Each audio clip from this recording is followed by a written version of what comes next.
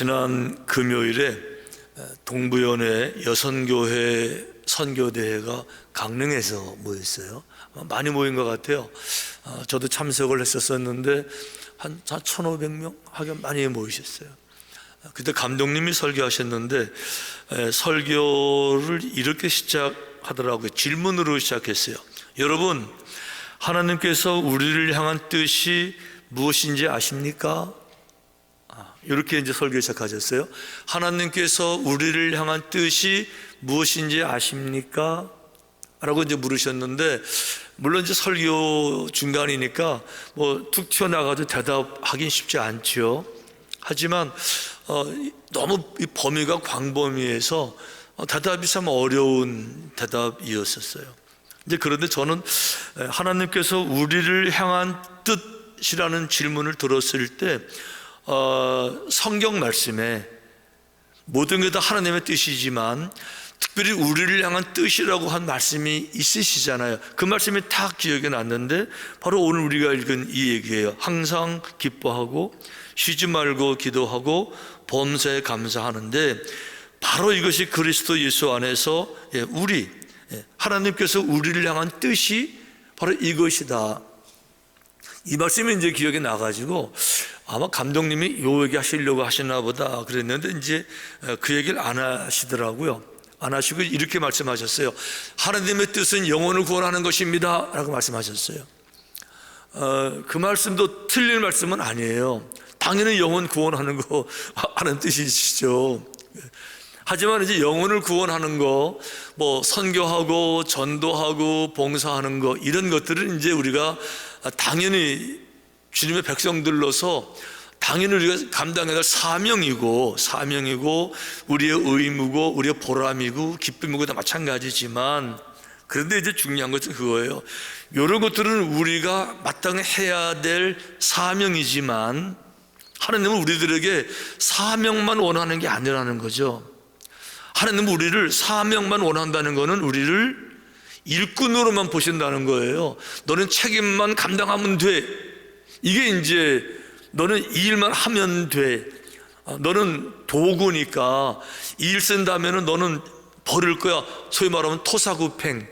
그러니까 사명을 감당했으면 너는 어떻게 돼도 괜찮아. 너 버리는 이런 게 아니라는 거예요, 여러분.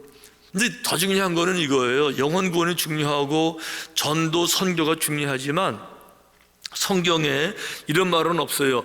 너희를 향하신 하나님의 뜻은 전도하는 것이니라. 이런 말은 없어요. 너희를 향한 하나님의 뜻은 선교하는 것이야, 뭐 봉사하는 것이야, 이런 말은 없으세요. 그런데 오늘 우리가 이 말씀을 보니까 정말 우리를 향한 하나님의 정말 원하는 뜻이 뭔지 알아?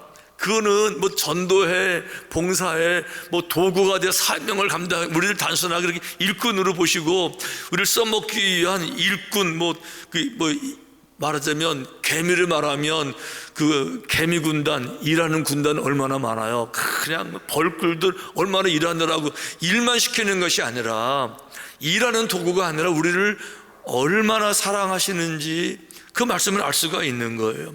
그런데 우리는 이 말씀을 읽을 때마다 우리를 향하신 하나님의 뜻이라고 구체적으로 말씀하신 것을 들으면서도 오늘 말씀을 중요하게 생각하지 않는 것은 이 말씀이 얼마나 중요한지를 몰라서 그래요. 이 말씀이 너무 중요한 말씀인데 우리는 전체가 다 하나님 뜻인데 이 특별히 뭐가 중요해? 이러고 지나가니까 모든 것들 중에 하나라고 지나가면서 그냥 간과해, 중요하지 않은 걸로 휙 지나가서 이 말씀을 묵상하지 않는 경향이 있다는 거고, 중요한 거는요, 너희를 향한 여호와의 뜻은 정말 이거야 라고 말씀하신 요 문장을 읽어보면 하나님은 우리를 얼마나 귀하게 여기시는지, 정말 우리를 얼마나 사랑하시는지, 우리를 구원해 주신 것이 내가 너 구원했으니까 너 내 말 듣고 다른 사람 구원해, 이게 네 사명이야. 그 다음에 구원을 하는데 내 개인적으로는 내가 뭐 불행하던 고생을 하던 뭐 실패를 하던 너 관심 없어, 이런 게 아니고요. 그런 게 아니고 우리를 얼마나 사랑하시는지, 아버지, 우리의 친아버지, 하늘 우리 아버지가 자녀를 사랑하듯이 그 아버지의 마음들이 이 말씀 속에 고스란히 다 녹아져 있는 것을 발견하게 되면서 우리가 이 말씀을 우리가 그냥 가볍게 읽으면 안 되겠다. 이 말씀을 정말 하나님의 명령으로 알고 정말 왜 그런가 하면 너희를 향한 내 뜻이 이거야. 이게 얼마나 귀한 말씀이세요. 그리고 뜻대로 살아야 되잖아요. 그러니까 우리가 이 말씀을 정말 잘 들어야 되겠다, 이런 생각이 이제 제 마음속에 들게 되는 거죠. 그런데 중요한 건 이거예요. 이 하나님의 뜻을 생각해 보니까 항상 기뻐하는 거, 그 다음에 늘 기도하는 거, 세 번째가 이제 감사하는 거였었어요. 자, 근데 왜 이걸 뜻이라고 말씀하시면서 이렇게 살라고 하실까 하고 보니까 왜 그런가 하면요, 이게 어려워서 그래요.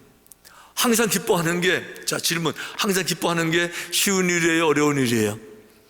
이게 안 되는 그림이에요. 왜 그런가 하면 세상에는 기쁜 일만 생기는 게 아니잖아요. 눈만 뜨면 걱정되는 것, 눈만 뜨면 아프고 사고 나고 다치고 신경 쓰고, 눈만 뜨면 온 세상 다 죄악이고, 그러니까 이게 항상 기뻐한다는 게 이게 말이 안 되는 거예요. 예를 들면 염려할 게 얼마나 많아요. 뭐 걱정하고 근심하고 고통당하고 실패하고 좌절하고 질병에 걸리고 사건 생기고 사고 생기고, 그러니까 항상 기뻐한다는 게 이게 안 되기 때문에 하나님께서 그냥은 안 되기 때문에 그냥 놔두면 절대 기뻐할 수 없으니까 아예 여호와의 뜻을 항상 기뻐하는 거야 라고 말씀하시면서 알게 하기를 원하고 저희들로 하여금 이 기쁘게 하기를 정말 원하시는 거죠. 이제 그래서 우리들이 이 말씀을 이제 저도 묵상해 보면서 그런 생각이 들었어요. 우리가 이게 왜 항상 기뻐하지 못하는가 하고 생각해 봤어요. 항상 왜 기뻐하지 못하는가 하고 보니까 저는 깜짝 놀랐어요. 왜 그런가 하면 기쁘다는 말을 수없이 달고 살고 사용하면서 사는데 정작 기쁜 게 무엇인지를 모르더라고요. 자, 여러분들 한번 질문 드려볼게요. 자, 기쁜 것이 뭐지? 기쁜 게 뭐죠? 자, 머리로는 아는 것 같은데 정작 기쁘다는 말을 문장으로 만들어서 논리적으로 심리학적으로 한번 설명해 보세요. 기쁨이 뭐예요? 이게 저는 대답이 안 나오더라고요. 이게 뭐 기쁨, 그럼 뭐 즐거운 거? 그럼 즐겁다는 말을 진짜 기쁨이라면 왜 써요 이렇게? 그리고 이 기쁨과 즐거움, 뭐 좋은 거? 좋은 건 그냥 좋다고 말하죠. 기쁨을 거기다가 왜 쓰냐고. 가장 흔한 착각이 뭔가 하면 기쁨을 말하면서 웃는 거, 이렇게 웃는 거, 뭐 기뻐서 막 웃는 거, 이거 기쁨이라고 말하는데 기쁨이 웃는 거예요? 우리 바로 지난 금요일 날 선교대 할 때 서울에서 전국 여선교 회장님이 오셔서 축사하셨는데 그분이 이렇게 얘기했어요. 이렇게 많이 모이시고 이 따뜻한 봄날에 은혜가 충만한 이 자리에 앞에 서서 여러분들에게 인사를 드리게 돼서 제가 너무 기쁘게 생각합니다. 호호호호 이렇게 웃지 않았어요. 그러니까 기쁘게 웃는 거라 그러면 거기서 웃었어야죠. 너무 기쁘게 생각해요. 호호호 이런데 안 그러고 잘 웃지 않으면서 근데 말로는 기쁘게 생각합니다. 이렇게 했는데 어색하지 않고요. 정말 기쁠 수 있잖아요. 자, 그러면 기쁘게 웃는 것일까 하고 보니까 여러분 진짜 기쁨은요 웃는 게 아니고 울더라고요. 이렇게 김연아 올림픽에서 금메달 딸 때 울었어요, 웃었어요? 그게 기쁠 때예요, 슬플 때예요? 근데 기쁜데 웃는 게 아니고 진짜 기쁘니까 울더라고요. 그거 보면서 또 많은 국민들도 따라 울었다면서요. 그러니까 이게 기쁜 거하고 웃는 거 이거는 이게 매치가 안 되는 거예요. 웃는 게 기쁜 것이다. 만약에 웃는 게 기쁜 거라 그러면요 날마다 웃고 살아야 돼요. 설교할 때도 웃어야 돼요. 여러분 제 말 좀 들으시면 다 미친 거죠 그거는. 그러니까 정신없이 웃고 살아라 이런 말이 아닌 거는 분명해졌어요. 그럼 기쁜 게 뭘까 하고 보니까요 이 기쁨은 느낌이에요. 느낌, 마음의 상태예요. 그런데 이 기쁨은요, 이 부정적인 것들로 인해서, 부정적인 것들, 어둠의 영역이죠. 사탄의 영역이에요. 뭐 죽음, 좌절, 고통, 염려, 걱정, 근심, 짓눌림, 뭐 이런 영역이 아니라 밝은 영역, 희망, 축복, 사랑, 평화, 승리, 이 밝은 영역에서 내게 감동을 줄 만한 일이 생긴 거예요. 그러니까 감동을 받으니까 가슴이 막 터질 것 같고요, 감격이 되니까 막 가슴이 막 울렁거리고요. 이게 지금 나쁜 감정으로 내게 충격을 받으면요, 마음이 침울해지고, 이 고통스러운 걸로 충격을 받아가지고 내 마음에 자극이 되면요, 이 마음이 비통해지고, 나쁜 걸로 내 마음에 도전을 받으면요, 마음이 서러워지고 그럴 텐데, 나쁜 게 아니고 좋은 영역, 사랑, 행복, 승리, 이런 좋은 영역에서 마음에 큰 도전이 올 때요, 즐거움, 감동이 돼서 감격이 되는 거예요. 그러니까 이 즐거움의 감동, 이 축복된 것의 감격, 그래가지고 터질 것 같은 마음, 막 기쁜 마음, 이게 기쁜 마음이더라고요. 근데 중요한 거는 성경에 말하니까 이렇게 말하는 거예요. 그러니까 기쁜 일 있을 때 기뻐하라, 이거는 안 가르쳐도 자동적으로 생기는 건데, 오늘 얘기는 그게 아니에요. 기뻐하라는 게 말이 안 나요. 문제가 뭔가 하면 그 앞에 항상 기뻐하라가, 요 항상, 요게 문제예요. 항상 always, 항상. 그러니까 그러면 기뻐하라는 것이 아니고, 기쁜 일이 있었을 때 기뻐하라는 것이 아니라 기쁨의 상태를 항상 유지하라, 기쁨을 유지하라, 이걸 말하는 거예요. 그러니까 기쁜 상태가 사라지지 않게, 오늘은 기뻤는데 내일 다른 문제가 생겨서 땅바닥에 곤두박치고 좌절하고 이렇게 되지 아니하게 기쁨이 생겼어요. 그럼 어떤 도전이 와도 이 기쁜 상태가 땅바닥에 떨어지지 않게 기쁜 상태를 유지하라. 다른 말로 하면 keep going, but joyful.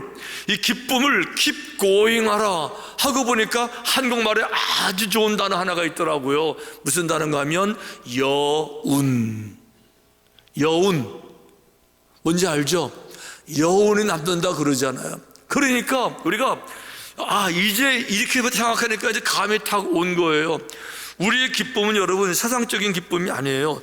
세상적인 기쁨이라고 하는 것은 있다가도 없는 거고요, 오늘 승리해도 내일 꼴찌하는 거고요, 이런 기쁨이 아니라 우리는요, 영원한 기쁨, 주님과 함께하는 기쁨, 주님께서 내 모든 죄악을 다 씻겨주시고, 말로만 그런 것이 아니라 아까 우리가 불렀던 찬송 중에 그 가사 있잖아요. 저 공중에 구름이 일어나며 큰 나팔이 울릴 때에 주 오셔서 세상을 심판해도 나의 영혼은 겁없으리. 주님 오셔서 심판을 하셔도 내 영혼은 겁없으리. 왜요?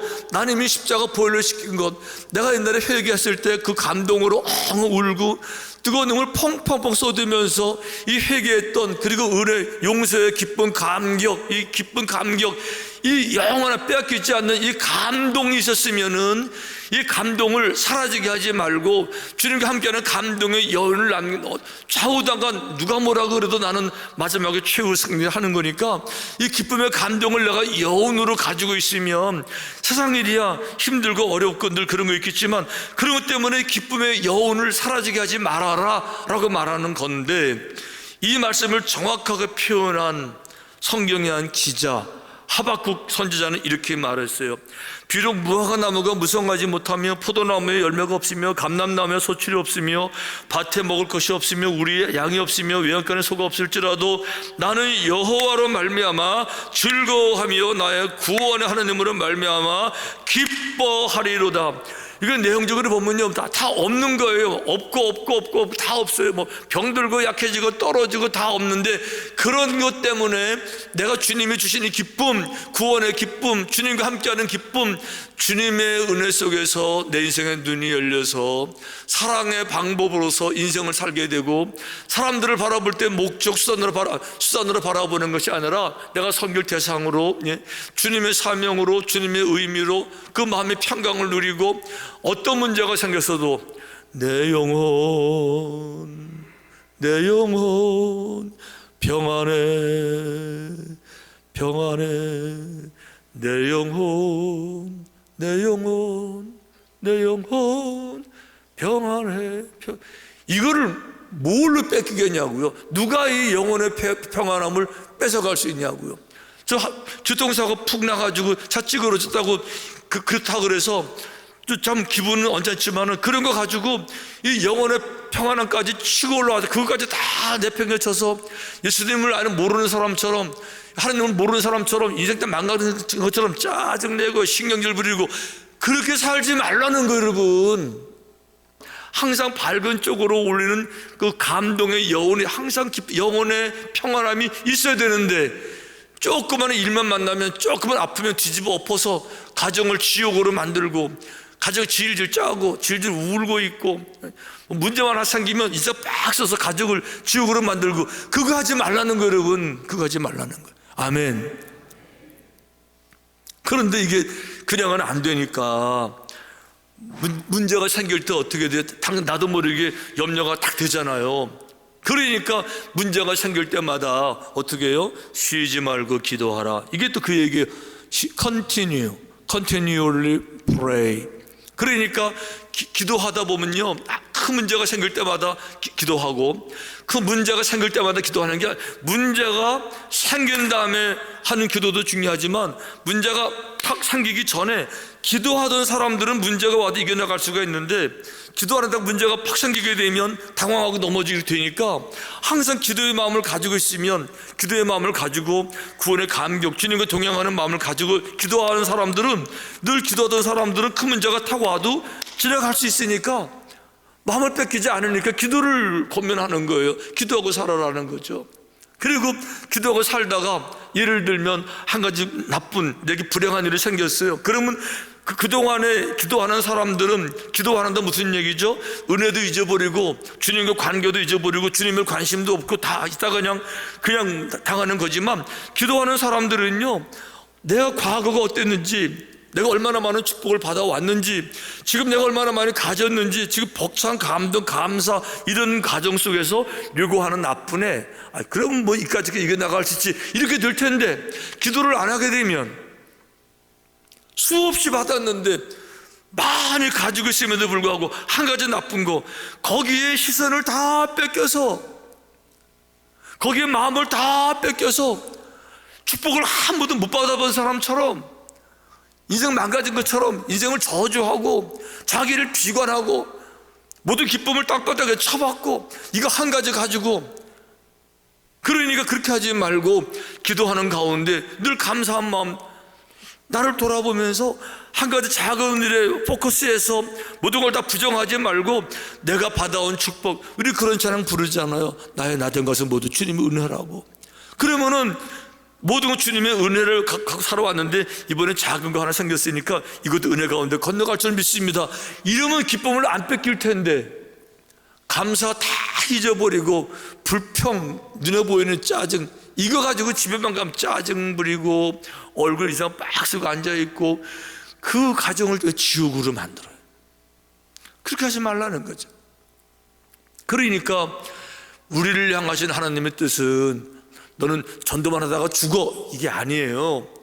선교만 하다가 죽으면 돼, 이런 게 아니에요. 그거는 그거는 신천지 이단들이 그렇게 하는 거예요. 이단들은 종말을 강조하고 심판을 강조하고 위급함을 강조해서 모든 거를 몽땅 다 착취, 헌신, 그래서 학업도 중지시키고 결혼도 못하게 하고, 이혼도 불사시키고, 그리고는 그냥 헌금만 강조하다가 교주직은 끝나게 되고, 이게 이단의 특징이잖아요. 하나님은 안 그러시는 거예요. 선교하는 게 하나님의 뜻이다, 이렇게 말하신 적이 없으세요. 너희를 향한 여호와의 뜻이 뭔지 아냐? 항상 기뻐하는 거예요. 우리가 기뻐하고 늘 감사하고 행복하게 살아가는 거, 이거를 원하시는 거, 이거를 하나님께서 그거를 항상 기뻐하고 항상 기뻐하려고 하니까 늘 기도해야 되고 분별해야 되고 감사한 마음 가지면 항상 기뻐할 수 있는데, 이렇게 많은 걸 다 주셨는데 그거 한 가지 불편한 거, 그거 가지고 그 많은 받은 걸 다 부인해버리고 거기 묵상해서 인생을 팽개치고 짜증내고 부정적 생각하고 그 사탄과 친구하고 행복하지 못하고 왜 그런 삶을 살아가냐고요. 하나님은 그걸 원하시는 것이 아닌 줄로 믿습니다. 자, 여러분, 오늘 설교 말씀 굉장히 어려운 것 같은데 아주 쉽게 말해 볼게요. 쉽게. 사람은 기분이 있잖아요. 기분이 좋을 수 있고 나쁠 수 있잖아요. 그런데 항상 좋을 수는 없어요. 왜요? 기분을 나쁘게 만드는 일들은 계속 반복되니까. 예를 들면 운전하다가 누가 치고 들어오면 기분 나쁘죠. 하긴 기분 나쁜 일은 항상 생겨요. 뭐 두통이 생겨도 기분 나쁘고요. 몸이 아프면 정말 기분 나쁘죠.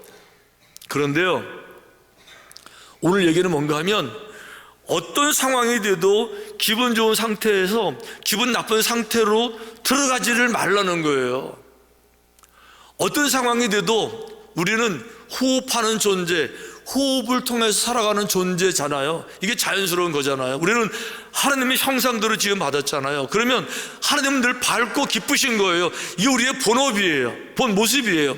그런데 우리의 본래 모습이 아니고 물속에 들어가서 호흡을 못하는데 물속에 처박히는 것처럼 밝은 상태가 아니라 기분 나쁜 상태로 들어가지를 말라는 거예요.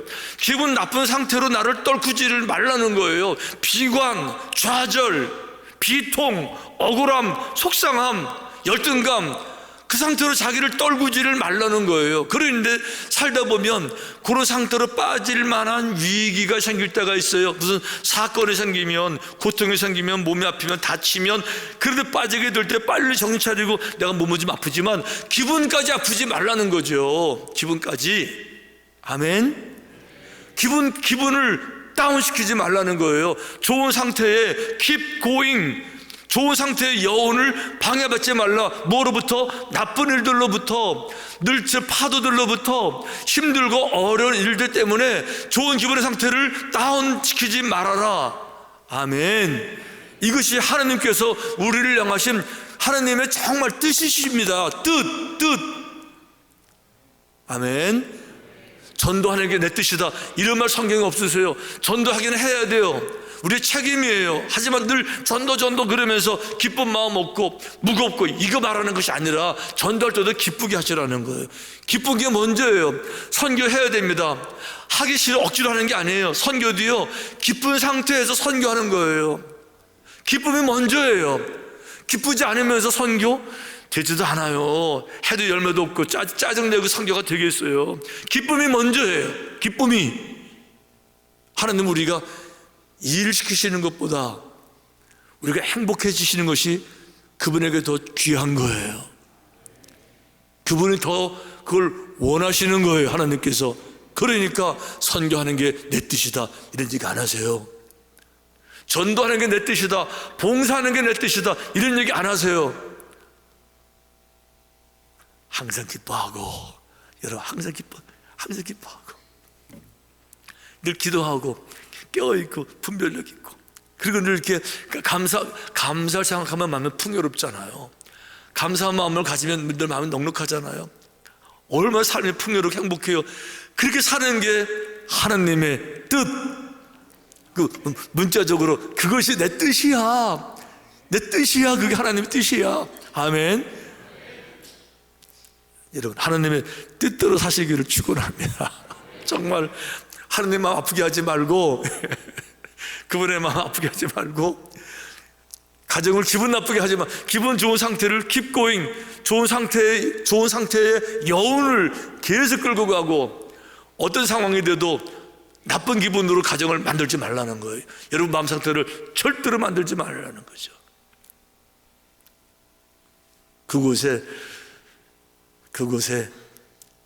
그런 마음을 가지면 이 땅에 살아도 천국처럼 살 수 있고, 그런 마음을 가지고 살 때 정말 행복하고 가치 있게 보람 있게 후회하지 않는 삶이 될 줄로 믿으면서 그런 삶이 되시기를 주님의 이름으로 축원합니다.